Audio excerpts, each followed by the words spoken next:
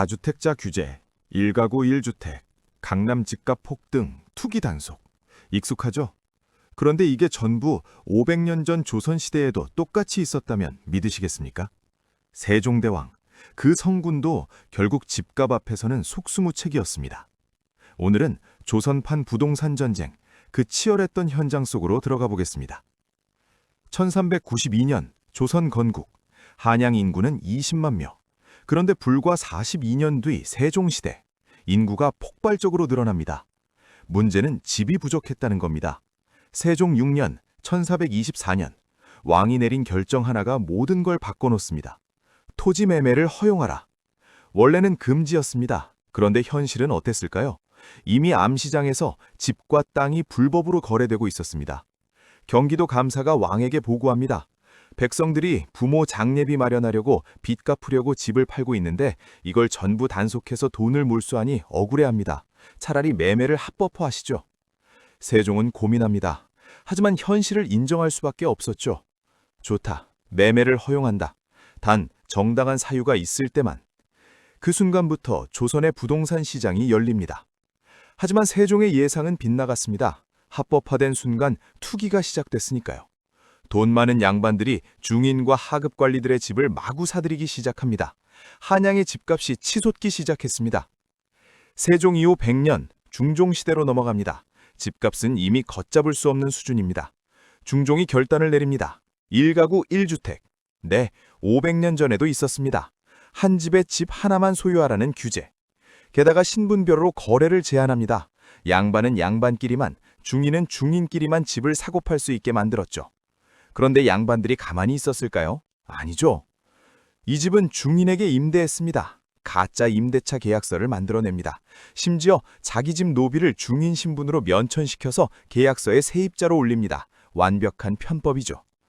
정부가 전수조사를 시작합니다. 관리들이 집집마다 돌아다니며 실제 거주자를 확인하죠. 양반들은 또 수를 씁니다. 노비들에게 실제로 살려고 명령합니다. 낮에는 노비가 집을 지키고 밤에만 주인 집에 돌아오는 시기죠. 규제는 무력해집니다. 오히려 편법만 발전했습니다. 정부가 생각합니다.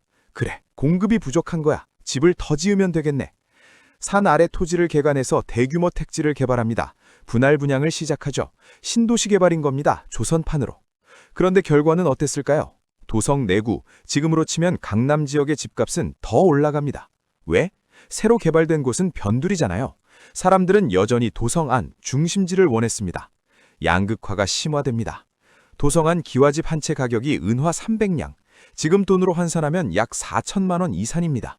반면 변두리 개발 지역은요, 헐값이죠. 더 충격적인 건 노비도 집을 샀다는 겁니다. 종로 공평동 근처 기와 5칸에 초가 3칸짜리 집. 주인은 효생이라는 여종이었습니다. 그녀는 이 집을 은화 150냥에 팔았죠. 노비도 부동산 거래를 했습니다. 심지어 어떤 노비는 부동산 전문가처럼 7년 동안 매매 문서 작성과 증인으로 활동했습니다. 이름은 삼복. 지금으로 치면 공인중개사였던 거죠. 조선시대 투기꾼들의 수법을 볼까요? 지금이랑 똑같습니다. 첫 번째, 정보를 미리 아는 자가 이긴다. 도성 확장 계획이 나오면 미리 그 지역 땅을 사들입니다. 지금의 개발 호재 전서죠. 두 번째, 여러 채를 사서 임대로 위장. 이미 말씀드렸죠. 세 번째, 명의 쪼개기. 아들, 며느리, 심지어 노비 명의로 집을 여러 채 보유합니다. 네 번째, 위조 계약서. 가짜 매매 날짜를 적어서 세금을 회피하거나 규제를 피합니다. 어떻습니까? 2025년 투기 수법이랑 다를 게 뭔가요? 가장 황당한 건 규제가 실패한 이유입니다. 집값이 오르면 오를수록 투기는 더 심해졌습니다. 왜? 돈이 되니까요. 처벌? 약했습니다. 걸려도 벌금만 내면 끝이었죠. 근본 해결책은 없었습니다.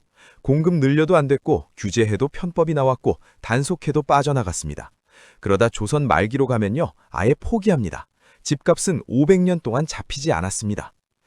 500년 전이나 지금이나 본질은 같습니다. 집은 사람이 사는 곳인데 돈 버는 수단이 됐습니다. 필요한 사람은 못 사고 가진 사람은 더 가집니다. 세종대왕도 중종도 영조도 다 싸웠습니다. 투기꾼과. 그리고 다 졌습니다. 왜 그랬을까요? 집값은 시장만의 문제가 아니기 때문입니다. 불평등, 신분제, 정보 독점, 처벌 약함, 근본적으로는 집을 바라고는 인식이 문제였습니다. 지금도 마찬가지 아닐까요? 조선시대 사람들은 이런 말을 남겼습니다.